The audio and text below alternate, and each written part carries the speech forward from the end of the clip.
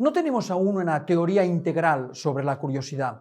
La conciencia humana sería uno de los últimos grandes misterios a resolver y relacionado con ella cuestiones como la curiosidad, la imaginación, la intuición, etc. La neurociencia es aún una disciplina muy joven. No sabemos qué es la curiosidad, pero empezamos a saber qué la estimula y qué mecanismos cerebrales implica. Se ha hecho a través de los avances en neuroimagen, observando qué áreas precisas del cerebro se activan cuando nos pica la curiosidad y qué ocurre cuando la satisfacemos. Lo que sí parece que se sabe es que la curiosidad es esencial para el desarrollo cognitivo de los humanos. Hay distintas escuelas psicológicas sobre la curiosidad. Hay los que piensan que la curiosidad surge de querer llenar el vacío de una ignorancia. Los que piensan que la curiosidad surge cuando sabes poco de un tema y quieres saber más, pero que conforme el tema se vuelve más complejo, la curiosidad se satura y deja de interesarnos.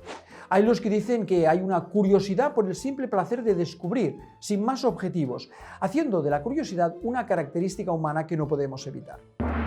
Según Charles Spielberger y Laura Starr, podríamos entender la curiosidad desde un modelo dual, que ellos denominan de estimulación óptima.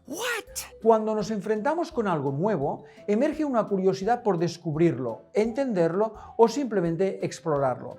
Sería como una sed de conocer. Esta curiosidad genera en nosotros el placer de descubrir. Vamos recopilando información al respecto, pero conforme nos metemos más en ello y vamos indagando más, también vamos descubriendo la complejidad que subyace en cualquier cosa, hasta en lo más nimio de nuestro entorno. Aparece entonces la ansiedad de no poder saciar tu interés por comprender. En este punto, para mucha gente, la curiosidad se convierte en incómoda y su reacción consiste en evitar indagar y explorar más. O sea, hay un momento en que esa sed de entender que hemos comentado se nos aparece como insaciable o requiere de una cantidad tal de energía para resolverla que abdicamos de hacerlo. Es por ello que, para saber algo, no basta con tener curiosidad, sino que se requiere también de un esfuerzo continuado, a menudo poco reconfortante, para perseverar en la comprensión. Entender es duro, saber lo es aún más. En relación con esto, los psicólogos Jordan Littman y Paula Silvia propusieron en 2005 dos aspectos diferentes de la curiosidad que designaron con dos letras, la curiosidad I y la curiosidad D. La curiosidad I es la que resulta del interés por algo, de aquí la I. Cuando nos ponemos a indagar sobre algo, a explorar, lo normal es que nos produzca sensaciones placenteras. Descubrir sobre algo cuando antes no sabías nada es gratamente estimulante.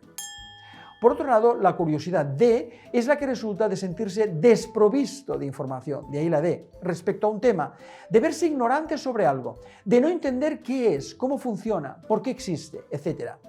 La curiosidad D va de resolver algo, de llegar a un destino, mientras que lo interesante de la curiosidad I es puramente el seguir el camino, el descubrimiento de algo. Por tanto, la curiosidad nos serviría en algunos casos para reducir la ansiedad de sentirse desprovisto de información, la curiosidad D, y en otros para aumentar el placer que deriva de descubrir cosas nuevas, la curiosidad I. Yo me atrevería a resumirlo de esta forma. La curiosidad serviría tanto para reducir nuestra desinformación sobre algo que queremos conocer, la curiosidad D, como para aumentar nuestra información sobre algo que nos aparece delante como nuevo y estimulante, la curiosidad I. Algo curioso sobre estos dos aspectos de la curiosidad es que diversos estudios parecen demostrar que el interés por aprender, por responder a lo que queremos saber, la curiosidad D, la interesada a reducir nuestra ignorancia sobre algo, permanece a lo largo de toda nuestra vida, mientras que la voluntad por descubrir cosas nuevas, la habilidad de sorprenderse, decrece conforme envejeces. Por eso resulta tan fundamental forzarse a descubrir cosas nuevas para prevenir el envejecimiento de la mente.